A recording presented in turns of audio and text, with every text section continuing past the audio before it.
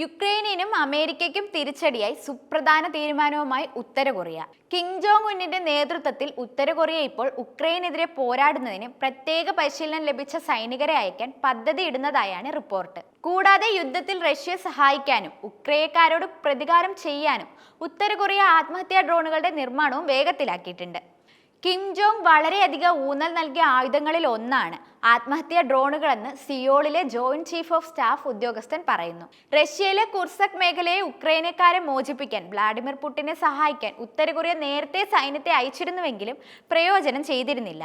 ഉക്രൈനുമായുള്ള യുദ്ധത്തിൽ 1000-ലധികം ഉത്തര കൊറിയൻ സൈനികർ മരിച്ചതായി വാർത്താ ഏജൻസിയായ റോയിട്ടേഴ്സ് റിപ്പോർട്ട് ചെയ്തിരുന്നു.